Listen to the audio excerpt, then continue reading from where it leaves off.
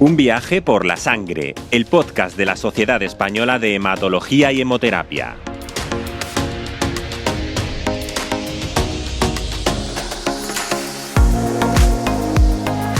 Nuestro sistema inmunológico es la primera línea de defensa que tiene el cuerpo para protegernos de infecciones y enfermedades. Pero, ¿qué sucede cuando esa defensa se ve debilitada?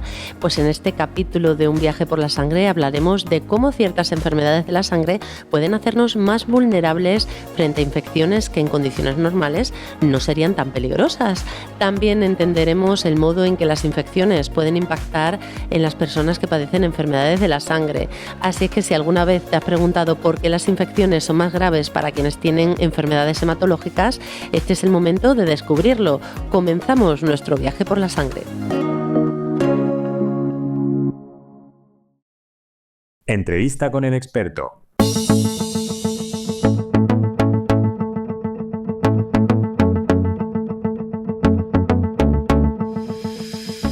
Algunas enfermedades de la sangre, como las leucemias o la anemia, debilitan la capacidad del cuerpo para combatir infecciones, haciendo que los pacientes sean más propensos a desarrollar complicaciones, incluso ante infecciones comunes como puede ser un simple resfriado o una gripe.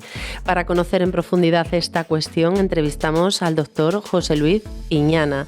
Es hematólogo de la Universidad de Trasplante y Terapia Celular del Hospital Clínico Universitario de Valencia, coordinador saliente del Grupo de Trabajo de Complicaciones Infecciosas y actual vicepresidente del Grupo Español de Trasplante Hematopoyético y Terapia Celular. Bienvenido, doctor. Muchas gracias por estar con nosotros. Gracias, Mar, por haberme invitado a este podcast, que espero que sea útil para la sociedad. Seguro que sí, vamos, ya lo afirmo, doctor. Pues vamos a hablar de enfermedades de la sangre e infecciones. Doctor, ¿una relación mal avenida? Bueno, en primer lugar, sí que me gustaría explicar exactamente por qué puede haber esta relación y por qué se relaciona con la hematología, ¿no? En la sangre, digamos que hay tres componentes para que la gente lo entienda y tres tipos de células, así a grosso modo, que uno son los glóbulos rojos, estos se encargan de transportar oxígeno a los tejidos del cuerpo. Luego tenemos las plaquetas, que son las que se encargan de, pues si uno se hace un corte, hacer el tapón para dejar de sangrar. Y luego están los glóbulos blancos. Los glóbulos blancos, digamos, son los policías de nuestro cuerpo, son los que se encargan de vigilar que nuestro cuerpo funcione bien, que nuestras células estén bien, se encargan de pedirle el DNI a cada célula para ver que sea correcta, y si en un momento dado identifican que esa célula no debe estar ahí porque no la reconocen o porque tiene alguna lesión, pues se encargan de eliminarla. Y en ese sentido, los glóbulos blancos, que hay muchos tipos de glóbulos blancos. Están los linfocitos, que se encargan más de controlar, pues eso, que las células estén bien, que los virus no nos afecten. Luego están los neutrófilos, que son los que se encargan de controlar a las bacterias para que no nos invadan. Y luego hay otro tipo de células que también intervienen y entre ellas hablan. Entre ellas hablan para que todo nuestro sistema funcione correctamente y como nuestro cuerpo está lleno de gérmenes, de bacterias, virus, hongos, en situaciones de normalidad nuestro sistema inmune pues permite que esos microorganismos convivan con nosotros, sean beneficiosos para nosotros y no nos generen daño. Pero claro, en situaciones donde estas células no funcionan bien, pues evidentemente es cuando empezamos con los problemas de infección. ¿Y qué mecanismo explica que las enfermedades de la sangre nos puedan hacer más vulnerables ante una infección? Bueno, las enfermedades de la sangre, básicamente, aunque pueden afectar también los glóbulos rojos y las plaquetas, cuando afectan a los glóbulos blancos, es cuando estos glóbulos blancos ya no hacen su papel correcto de policías. Por lo tanto, no nos defienden, no funcionan bien y estamos en riesgo de que los patógenos que tenemos en el cuerpo o aquellos que adquirimos por transmisión, nos puedan hacer daño porque ya no son lo suficientemente eficientes. Son los policías corruptos. Bueno, corruptos o, digamos, mermados. Ya no son tan ágiles como para defendernos, como si estuviéramos en condiciones pues de un buen funcionamiento, ¿no? Ujú. ¿Y qué enfermedades hematológicas son más crueles con nuestro sistema inmunológico? Bueno, yo diría que no seleccionaría unas enfermedades en concreto, porque al final unas pues quizás afecten de forma más aguda o el riesgo de infección sea más agudo que otras pues el riesgo es más crónico, pero al final como todas intervienen en defendernos de los microorganismos, pues todas las enfermedades de la sangre, leucemias, mielomas, linfomas, que se encargan, pues eso, de la alteración de cada subtipo de policía, ¿no?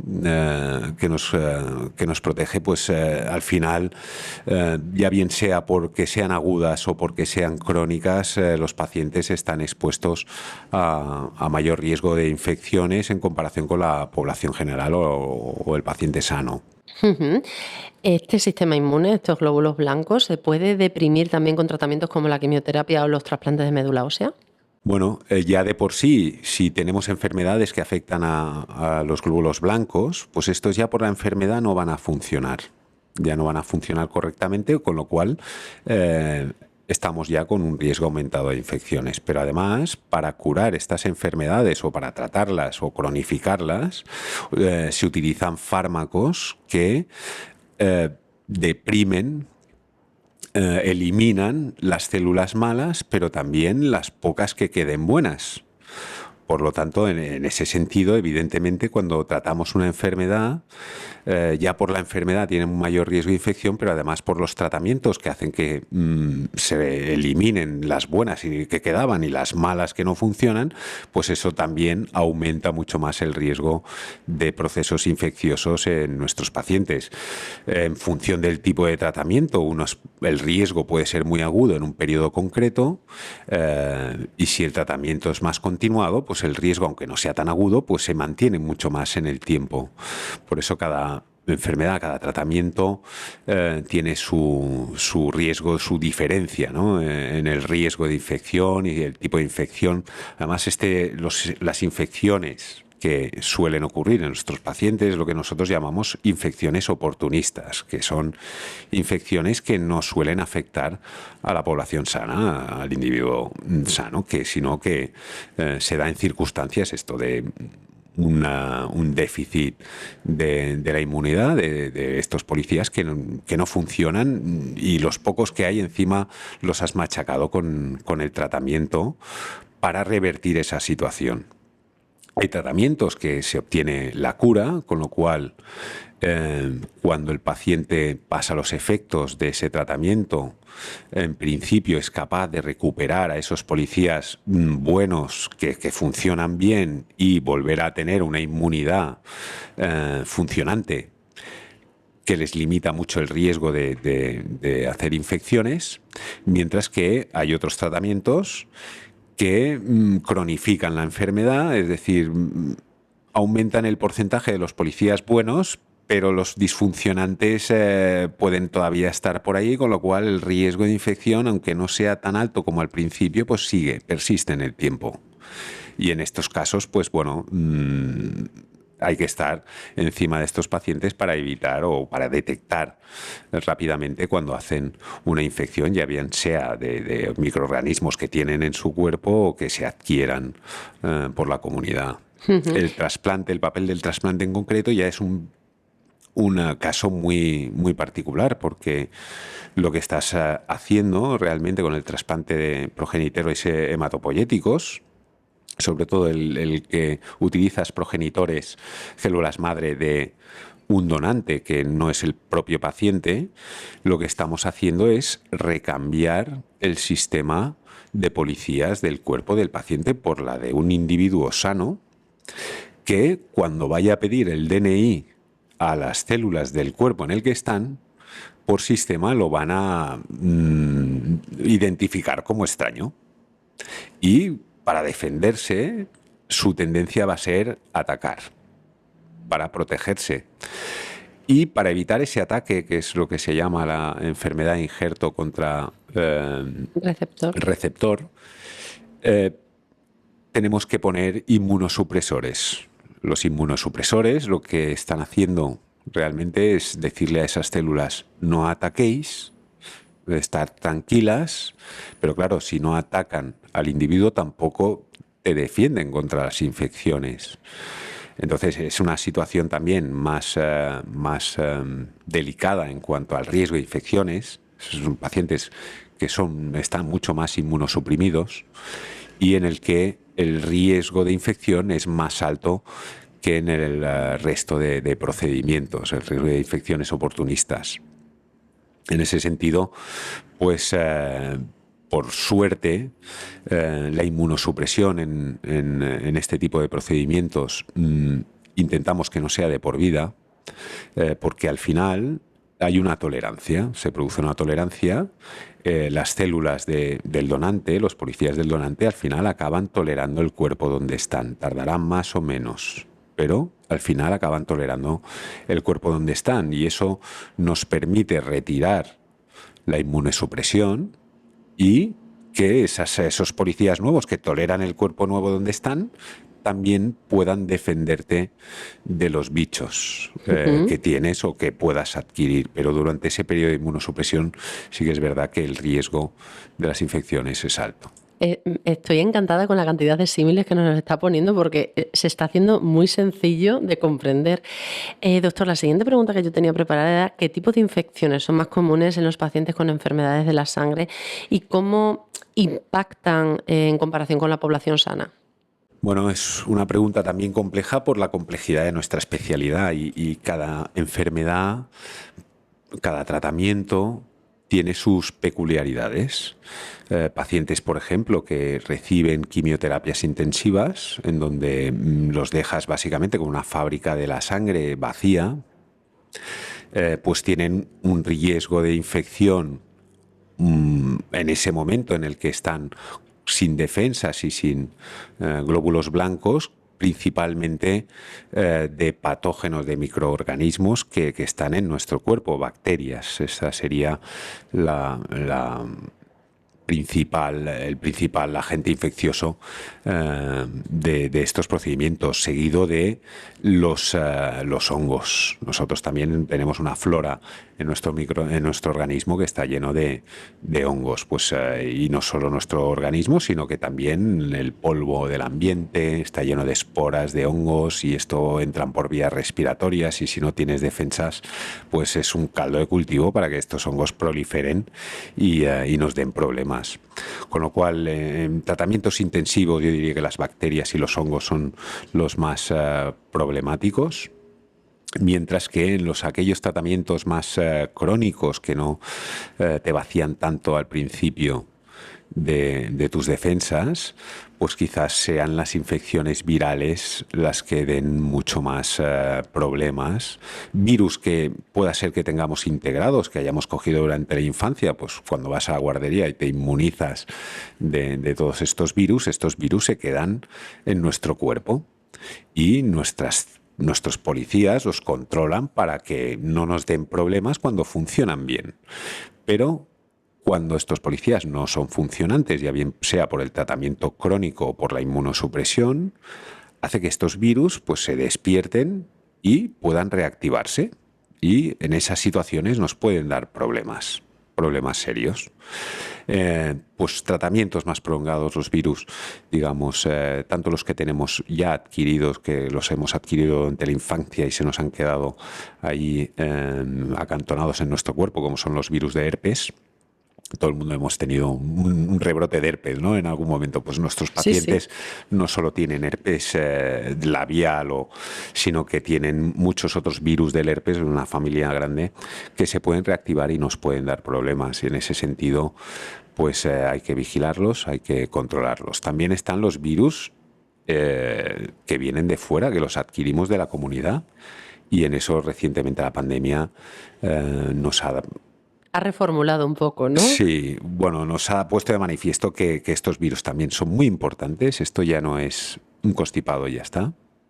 sino que a nuestros pacientes, a cierto grupo de pacientes muy inmunosuprimidos, sobre todo pacientes con trasplante o que reciben inmunosupresión continua, estos virus sí que dan guerra. Y además es que se adquieren durante los periodos de invierno y varias veces durante el mismo invierno. Un paciente pues puede tener 4, 5, 6 episodios de resfriado, ¿no? Que para la población general es normal, es un resfriado, se pasa en 4 o 5 días. Para un paciente inmunosuprimido esto puede dar problemas, no en todos, pero hay una pequeña parte de estos pacientes que el virus les da mucha guerra en cuanto a que les progresa al pulmón, les pueden producir neumonías y cosas más serias.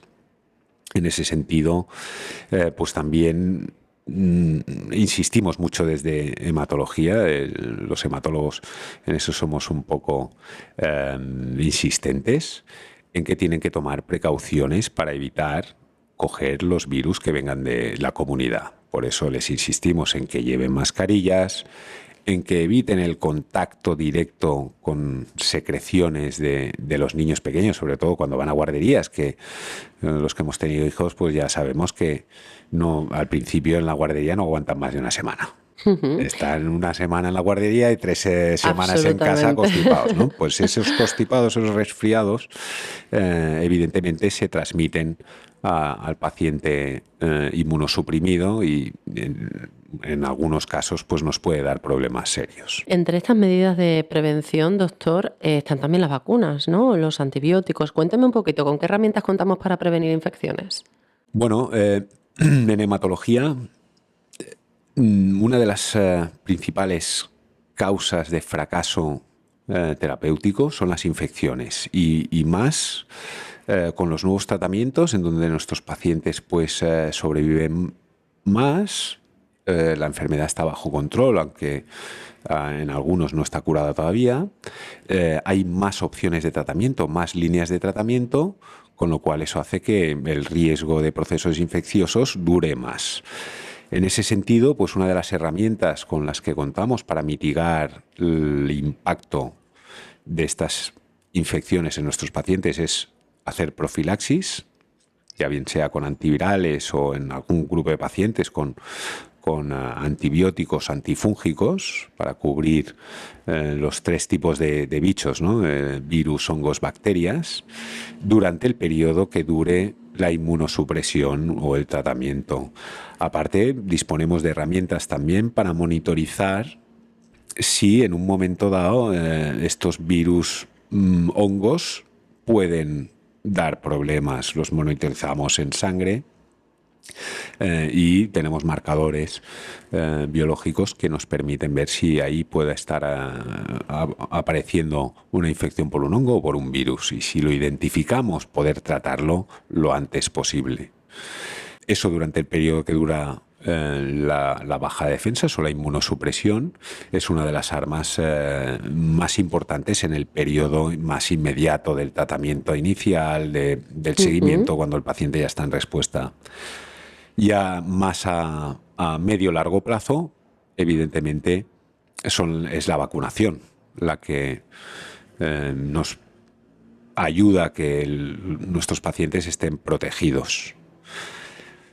Tiene sus tiempos, evidentemente. El vacunar a un paciente que está en pleno tratamiento, pues las probabilidades de que responda a esas vacunas son bajas, con lo cual lo más razonable es esperar a que la inmunidad del propio paciente vuelva a funcionar para volver a vacunar, porque muchos de los tratamientos que utilizamos, muchas de las enfermedades hacen que la inmunidad que se había adquirido con las vacunas del calendario vacunal infantil, de los refuerzos, de los recuerdos anuales, pues esa inmunidad adquirida muchas veces los tratamientos hacen que se pierda.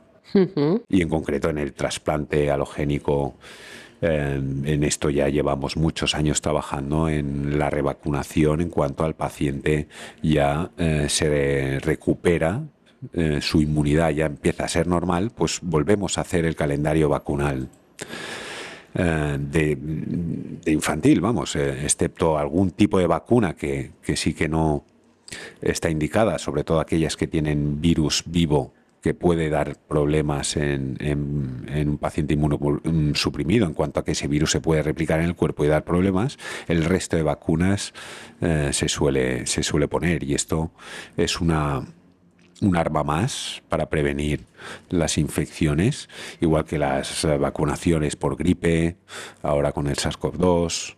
También han salido nuevas vacunas para las reactivaciones del zóster, que esto también era uno de los problemas que teníamos, sobre todo en trasplante, que en cuanto abandonábamos la profilaxis porque el paciente ya se había recuperado, pues de repente veíamos que los pacientes hacían un zóster. Pues bueno, con la vacuna del zóster este riesgo ha disminuido mucho. O sea que disponemos de varias herramientas para mitigar, aunque va a ser imposible que desaparezcan del todo, las ¿no? infecciones. Esto va a seguir y nos iremos adaptando según el nuevo escenario en el que estemos. Comentaba que algunas de las medidas prácticas que puede poner cualquier paciente, puede llevar a cabo cualquier paciente en su día a día, puede ser pues ponerse la mascarilla, intentar evitar el contacto con, te iba a decir con los niños menores de 2 años, pero no, o sea, con los fluidos, ¿no? Sí. ¿Qué otras medidas se puede decir el paciente? El lavado de manos sobre todo es muy importante, estar lavándose las manos con agua y jabón. Los geles hidroalcohólicos están bien para momentos, pero al final irritan, y el agua jabón pues es igual de eficaz y menos irritante, ¿no? Pero evidentemente no dispones de un lavabo cuando vas por la calle. Entonces, pues bueno, los geles hidroalcohólicos tienen esa función que también pueden, digamos, disminuir el riesgo, aunque no eliminar, disminuir el riesgo. Y eso siempre es importante, pues también cuando evitar lo que es la actividad social, y eso siempre es complicado, ¿no? Porque, claro, no vas a decirle a los pacientes que se queden en casa, que no salga, eso tampoco es compatible con una vida normal. Pero hay que buscar, sí, ese equilibrio entre llevar una vida lo más normal, entre comillas, posible y reducir los riesgos, pero no los vas a conseguir reducir a cero. Eso es así. Pero creo que sí, estamos concienciados, doctor. Sí. En relaciones sociales sí, pero en espacios abiertos no. O sea, serían un Exacto. poco las medidas que todos Sí, tenemos en eso la interiorizadas. pandemia ha ayudado mucho a la Sí. concienciación y bueno, quizás ese sería el punto más, por ver algo positivo, sería el punto más beneficioso, que la gente se ha concienciado de que los bichos se transmiten también. Y entonces reducir, esto es como la lotería, cuando menos papeletas compras, menos riesgo de que te toque, ¿no? Exactamente. Pues cuando más reduces esos contactos de riesgo, menos probabilidades, pero la probabilidad cero no va a existir. Exacto. Doctor, ¿y cuáles son los principales desafíos que enfrentáis los hematólogos al manejar infecciones en pacientes con enfermedades de la sangre? Bueno, los principales desafíos, diría, es que la evolución de los bichos también tiene su proceso y estamos en una era preocupante en cuanto a las bacterias multiresistentes. Esto va a ser un desafío para manejar nuestros pacientes, puesto que siempre vamos a ir por detrás. Aunque tengamos antibióticos de nueva generación, esto por selección natural, siempre va a aparecer una bacteria que va a ser resistente al último antibiótico disponible y por muy nuevo que sea. Bueno, el ser prudente y no utilizar tanto antibiótico, pues podría ser una medida para reducir la frecuencia de bacterias multiresistentes. Nos podría ayudar, pero claro, en nuestros pacientes evidentemente no tienen defensas, y esta situación de reducir antibióticos no es muy realista, puesto que estás con pacientes que sobre todo cuando no tienen su médula, su fábrica está vacía y no tienen ninguna célula con la que defenderse, evidentemente le vamos a administrar cualquier antibiótico nuevo que dispongamos. Pero sí, esto puede ser un desafío.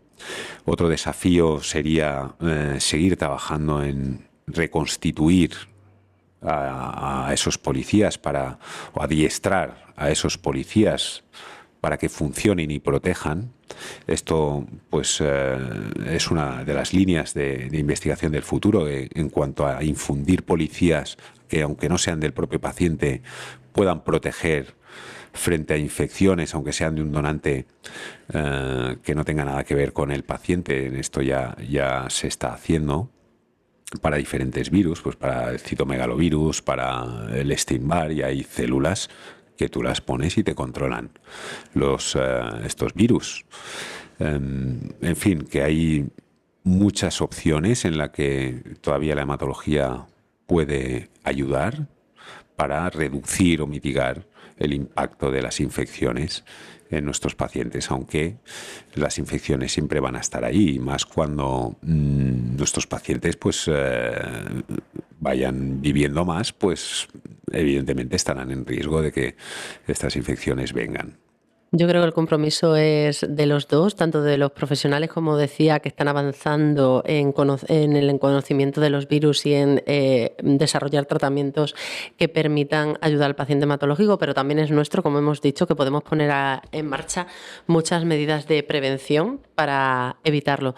Doctor, pues ha sido un placer tenerle aquí con nosotros y que haya compartido su valioso conocimiento sobre un tema tan importante y delicado como es la relación entre enfermedades hematológicas y las infecciones. Muchísimas gracias. Muchas gracias a vosotros por darme la oportunidad de explicarlo. Un placer. Punto de información.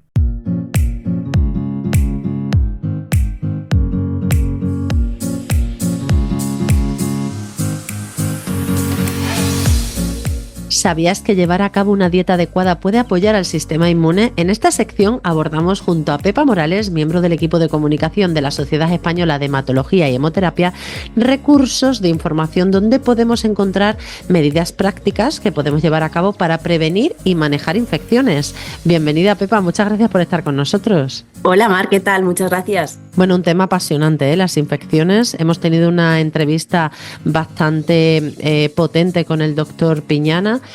¿Tú qué nos puedes contar a este respecto? Pues efectivamente, Mar, como hemos visto, las personas con enfermedades de la sangre, como los cánceres sanguíneos, pueden ser más vulnerables ante el desarrollo de infecciones por diversos motivos que debilitan su sistema inmunológico. Como nos ha explicado el experto José Luis Piñana, es importante que el paciente esté informado y que tenga a su alcance recursos informativos sobre las infecciones. A menudo pueden surgir ciertas dudas, por ejemplo, tras un trasplante de médula ósea, sobre cómo prevenir las infecciones en casa. Dudas tan frecuentes como la relativa al cuidado de una mascota, la higiene del catéter o si podré bañarme en una piscina pública. En este punto de información queremos compartir diversas páginas web donde los pacientes pueden encontrar información específica para la prevención de infecciones, cuidados en casa, vacunas, alimentación y medidas de higiene. Por ejemplo, el Grupo de Trabajo de la Sociedad Española de Hematología y Hemoterapia sobre trasplante hematopoyético y terapia celular, el GETH, ha publicado una guía muy interesante con recomendaciones al alta para el paciente que haya recibido un trasplante de progenitores hematopoyéticos. Esta guía es muy útil ya que se explica cómo evitar infecciones o cómo detectarlas de forma precoz. Incluye, por ejemplo, un registro de síntomas de alarma, recomendaciones para el cuidado de la higiene personal, higiene del hogar, relaciones sociales, viajes. Esta guía se puede encontrar en la página web del grupo www.geth.es y está disponible en el área de profesionales, guías clínicas. Otro punto también a tener en cuenta, que se insiste bastante, es en la importancia de que los pacientes con enfermedades sanguíneas hablen con su médico todo lo relativo a la vacunación, tanto la suya propia como la de su entorno cercano, familiares, cuidadores, convivientes, especialmente si es un paciente inmunodeprimido. Precisamente, Pepa, me parece que este punto es muy importante, el tema de la vacunación, mucho más que la higiene del hogar, las relaciones sociales, los viajes, etcétera. Así que desde aquí animamos a esos pacientes a que visiten esa página web que tú nos recomendabas, www.geth.es.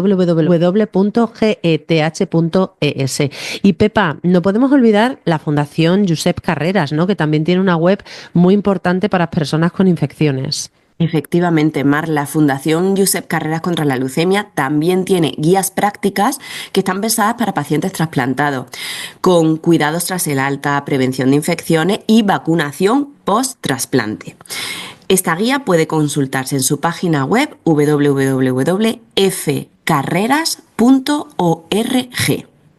Y también la Asociación Española contra el Cáncer, AECC, tiene guías para pacientes con cáncer donde incluyen consejos sobre cómo prevenir infecciones en casa. Está publicada en www.contraelcáncer.es.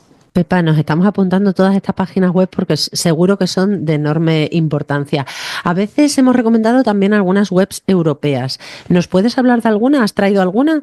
Pues sí, porque la Sociedad Europea de Trasplante, EMBT, dispone de una sección específica también para pacientes y cuidadores con folletos descargables sobre cuidados post-trasplante, vacunas y riesgos infecciosos. Ya veis que este tema preocupa bastante a muchos pacientes y afortunadamente hay mucha información disponible. Esta Sociedad Europea tiene su página web en la dirección www.embt.org,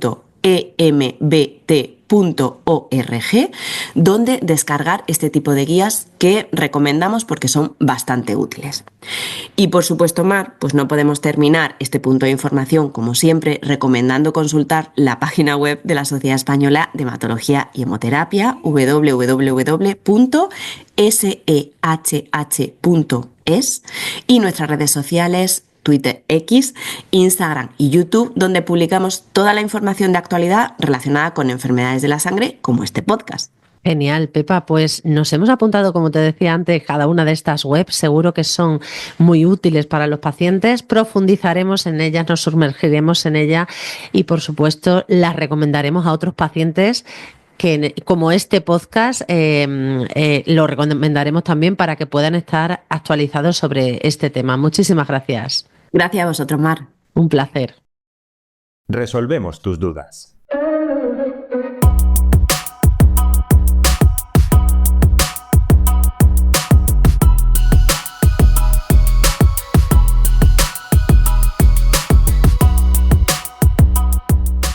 Bienvenidos a este rincón pensado para aclarar todo lo que siempre quisiste saber sobre la sangre y sus misterios. Anemia, leucemias, trombosis, donación. Aquí no hay preguntas obvias ni insignificantes.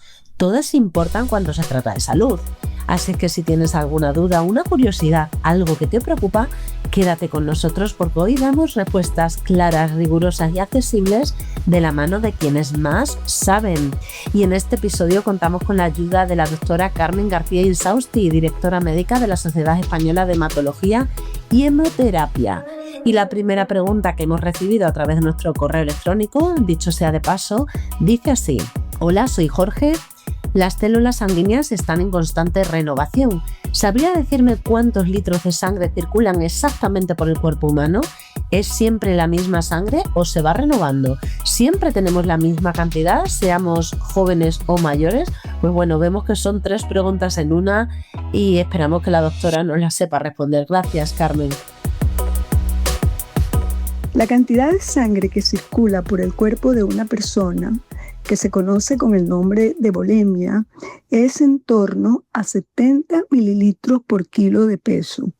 Esto aproximado porque también depende de la talla y del sexo de la persona, siendo mayor en los hombres, quienes tienen aproximadamente unos 6 litros de sangre, y menor en las mujeres, que tienen 5.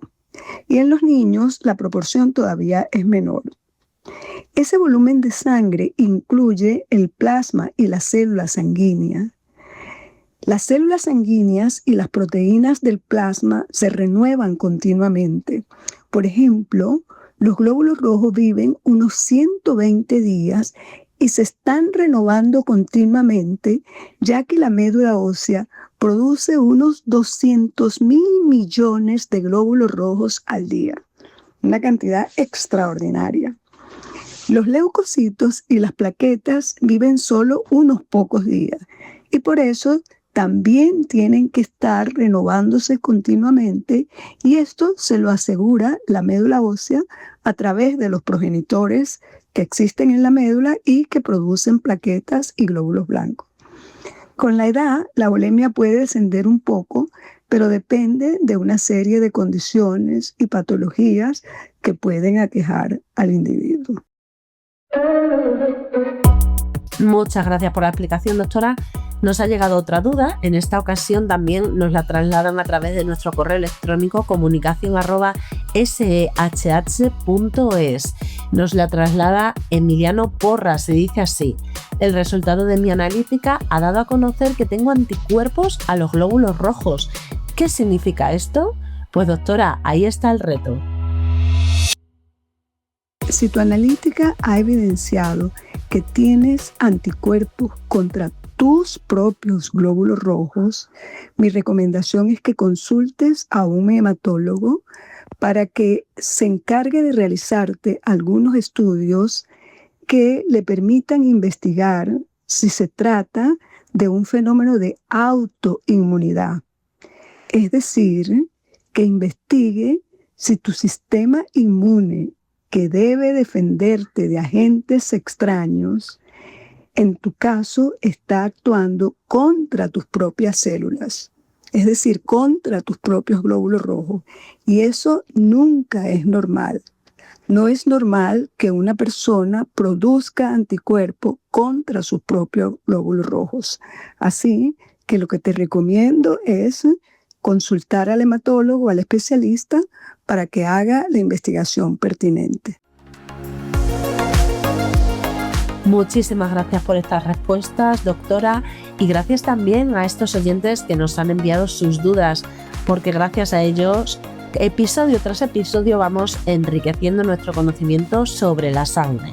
Si tú también quieres hacernos llegar tus dudas y consultas para que las resolvamos en próximos programas con los mejores profesionales, por supuesto, solo tienes que enviar un audio de voz a la cuenta de WhatsApp 667-675-476 o al correo electrónico comunicación@shh.es, como han hecho las dos personas a las que le hemos resuelto la duda de este programa. Ambos contactos, tanto el teléfono que he mencionado anteriormente como la dirección de correo electrónico, aparecerán en la descripción de este podcast para que te sea mucho más sencillo localizarlo. También estaremos atentos a las dudas que nos hagas llegar a través de nuestros canales en redes sociales, Twitter e Instagram. Esperamos tus dudas sobre transfusiones, cáncer hematológico, trasplante de médula ósea, hemofilia o cualquier otro tema relacionado con la sangre que te pueda generar confusión o del que quieras ampliar información. Además, en estas últimas semanas os hemos propuesto que nos trasladéis temas que consideréis oportunos para hacer futuros episodios. Así que si tienes interés especial en que abordemos un tema determinado, no dudes en hacernos llegar también esta idea. Y espero que este programa te haya resultado interesante. Ya sabes que puedes consultar todos nuestros episodios de Un viaje por la sangre de la Sociedad Española de Hematología y Hemoterapia en Spreaker, en iVoox y en Spotify. Además, también están disponibles en Hemotube, el canal de YouTube de la Sociedad Española de Hematología y Hemoterapia. Gracias por tu atención. Nos despedimos. Hasta el próximo capítulo. Un viaje por la sangre, el podcast que te permitirá conocer mejor la fuente de vida.